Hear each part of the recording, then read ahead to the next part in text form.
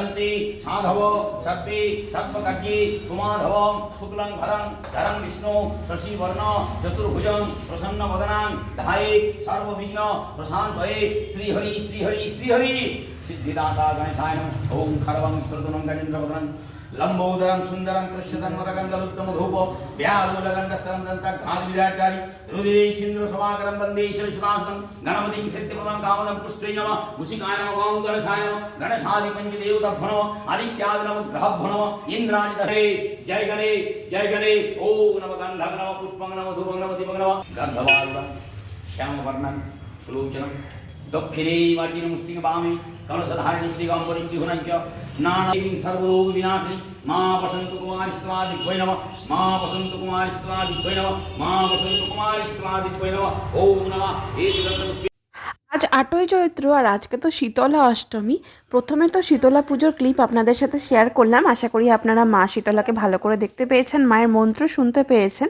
তো সকাল সকাল পুজো দিয়ে এসে এখন হচ্ছে আমাদের ফলাহার মাখা। আর শীতলা পুজোতে মা ফলাহার মাখে। তো এই প্রথমে চিড়ে নিয়ে নেওয়া হলো।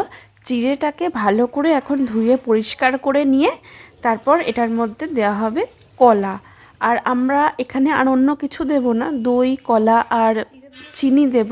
আর আপনারা চাইলে এটার মধ্যে মুরগি দিতে পারেন, আপেলের টুকরো দিতে পারেন। এটাকে পরিষ্কার করে ধুয়ে নিয়ে এর মধ্যে দেওয়া হলো 2 চামচ মতন টক দই। আর এখন দেওয়া হচ্ছে একটা পাকা কলা। ব্যাস এবার ভালো করে মাখতে হবে। আর এখানে দেব ওই 2 চামচ পরিমাণ চিনি, আর তার সাথে হচ্ছে সামান্য পরিমাণে লবণ, ওই টেস্ট অ্যাকর্ডিং। এটা এখন ভালো করে মেখে, আর এটা খেতে অমৃত সমান লাগে, এত সুন্দর একটা জলখাবার। আজকের দিনে তো একটু ঠান্ডা ঠান্ডা জিনিসপত্রই খেতে হয়। দিদাকে দেখতাম সারাদিন ফলমূল খেয়ে সন্ধেবেলার দিকে বা দুপুরের দিকে দইয়ের শরবত খেত। তো ওই জন্য আমাদের এখানে মাখা হচ্ছে ফলাহার হিসাবে দই চিড়ে। ব্যাস মাখা কমপ্লিট। এখন আমরা এটা খাবো।